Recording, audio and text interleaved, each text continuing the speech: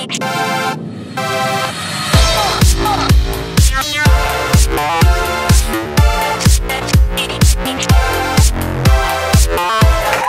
and gentlemen, welcome to the stage, Dr. Seahorse!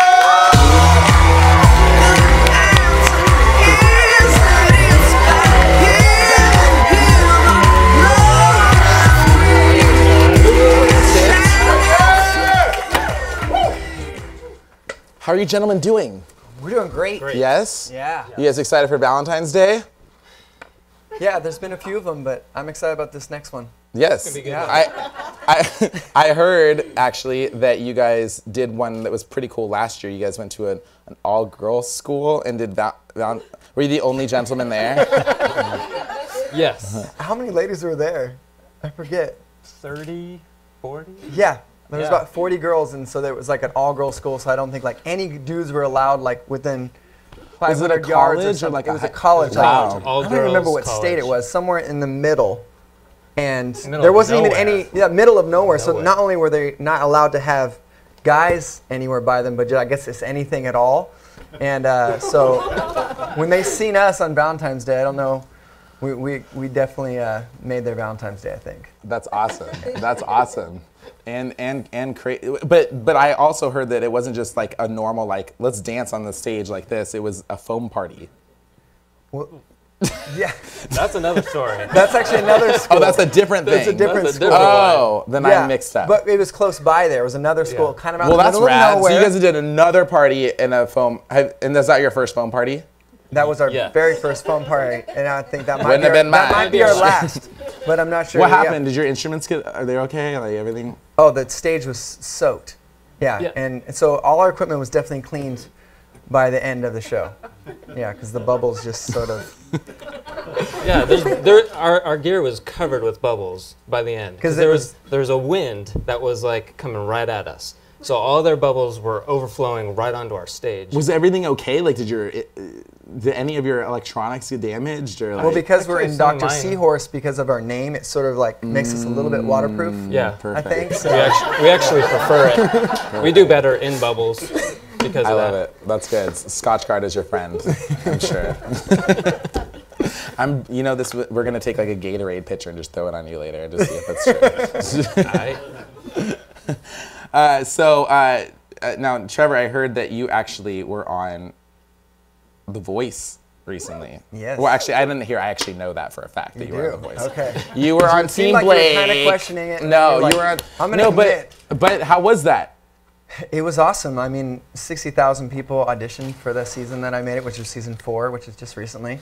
And, only 48 can make it on a team. I was one of the 48 out of the 60,000. Wow. So it's kind of one of those things where you can be really bummed that you didn't make it to, it's kind of like being bummed out you didn't win the Super Bowl. You're like, you made it to the Super Bowl. And that's I kind of felt positive about it. I felt like, oh my gosh, I've made it here. A chair had turned. A lot of good feedback. I learned a lot about music, learned a lot about just, stuff that I never knew about, just how to be on TV and stuff. For sure. I guess maybe I haven't learned yet because I'm still like, I got like bubbles in my mouth from the foam party. Still trying to recover. Well, it's perfectly normal. But what's not normal is who woke you up from a nap in the middle. I mean, not just not normal, but like I think my mom would have cried if this happened to her. Who woke you up from a nap on The Voice? So for the TV show The Voice, you sing your blind audition, and then you have to actually record those songs so that they can buy them off of iTunes. And so it was for the battle round. So it was my second time recording the song, and I went to the studio. I think I was like an hour early is when they dropped me off, so I had to wait for my turn. And I was the only one sitting in this small hallway. There's Studio A and Studio B, and there's Studio C, but there's a couch between Studio A and Studio B.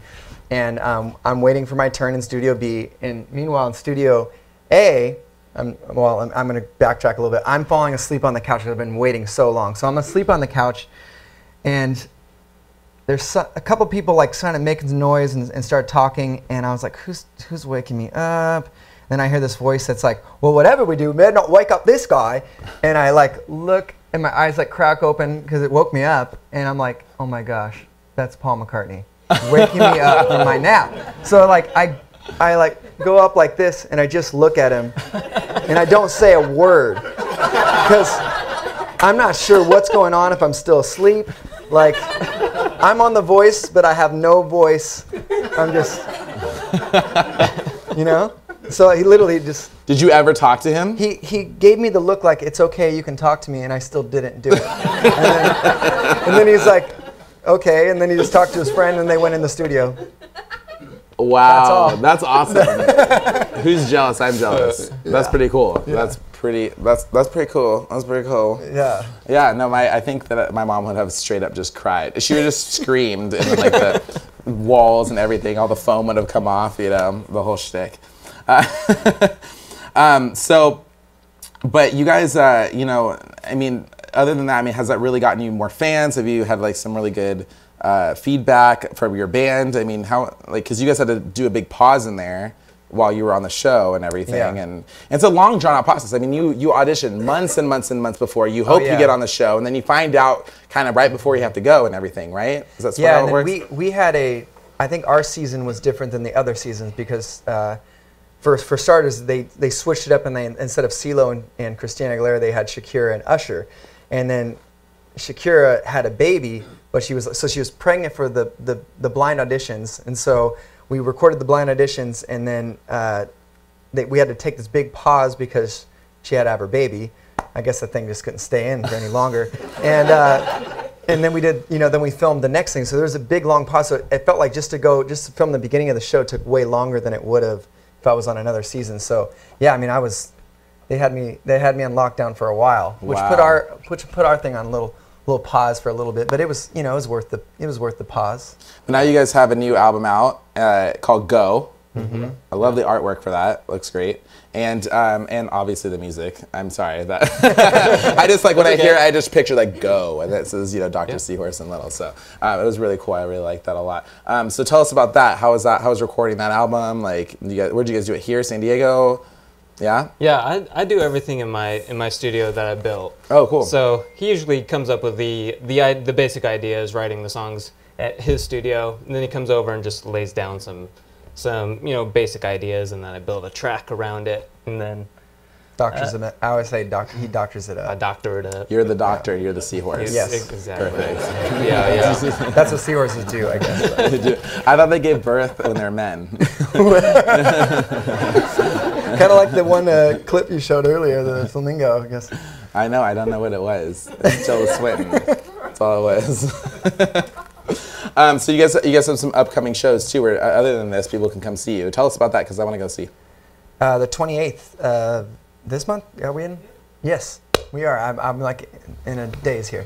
The 28th of this month at the Hard Rock Hotel in their what is it? What's the venue name? I think it's it starts with a 2. Yeah. 217, I believe, but I'm so off with numbers every time. I always show up at the wrong houses because I'm dyslexic, so I flip things around. Yeah. 2s or 5s and 207. That sounds right to me. Are you going to be there? Yeah, T. Lynn. You don't want to take credit for that? Okay, sorry. Thank you guys. So 207, 207. So you guys clearly know where the address is over us. We'll be stumbling there. Have you guys played at Hard Rock before? No, it's our first time. Cool. And it's a San Diego event? Yes. Is that what it is? Awesome. Perfect. Yeah. Love those guys. Yeah, they're super supportive. And that's going to be fantastic for sure. Those have been, actually, I have seen a show there. So yeah, it'll be really good. You guys will have a fun time for sure. And buy them and stuff. And then, so you guys are going to do a couple songs for us tonight. Well, you're going to do a whole set for the audience. So they get a little special treat. And you guys are our final thing going out. I can't believe it's our season finale. Yes. And so we're really excited. You guys have a great sound. You guys excited to see Dr. Seahorse?